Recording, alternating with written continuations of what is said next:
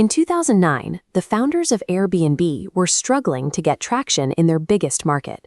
Instead of staying in California and writing more code, they flew out to New York, rented a camera, and walked from apartment to apartment, photographing listings themselves. The slickest platform in the world couldn't fix the fact that amateur photos looked terrible.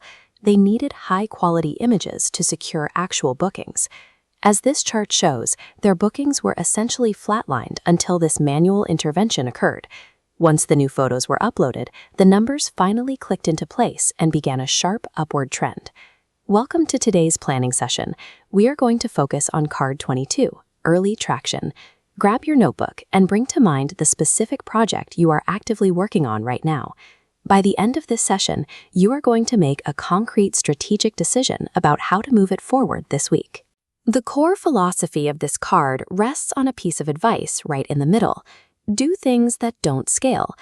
That quote comes from Paul Graham, the co-founder of Combinator, an incubator that has seeded thousands of successful companies.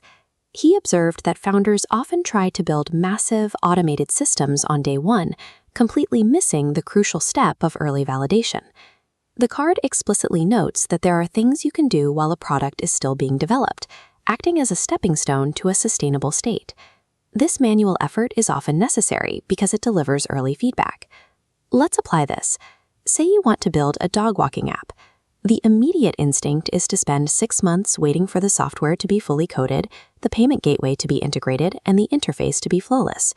The unscalable alternative is to print 20 flyers, walk your own neighborhood, and text neighbors to schedule walks. You start generating immediate cash flow without a single line of code. More importantly, this manual simulation forces you to deal with real customers.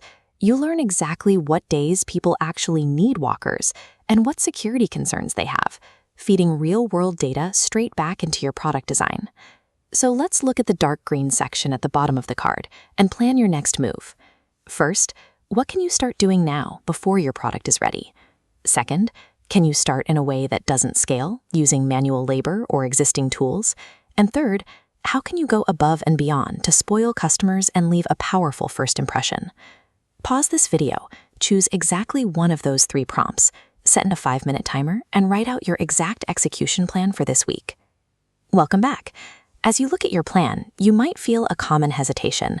What if this works too well and you get 50 customers you have to handle manually? If your manual process breaks under the sheer weight of customer demand, that is the ultimate proof of market validation.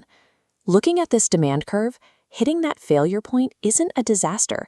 It is the precise goal. You only earn the right to automate and build complex infrastructure after you have crossed this specific threshold. Doing things that don't scale forces you to look your early adopters in the eye. You do the manual work, you get the early feedback, and build a far superior product. Stop hiding behind a coming soon landing page. Get messy in the real world and start generating your early traction today.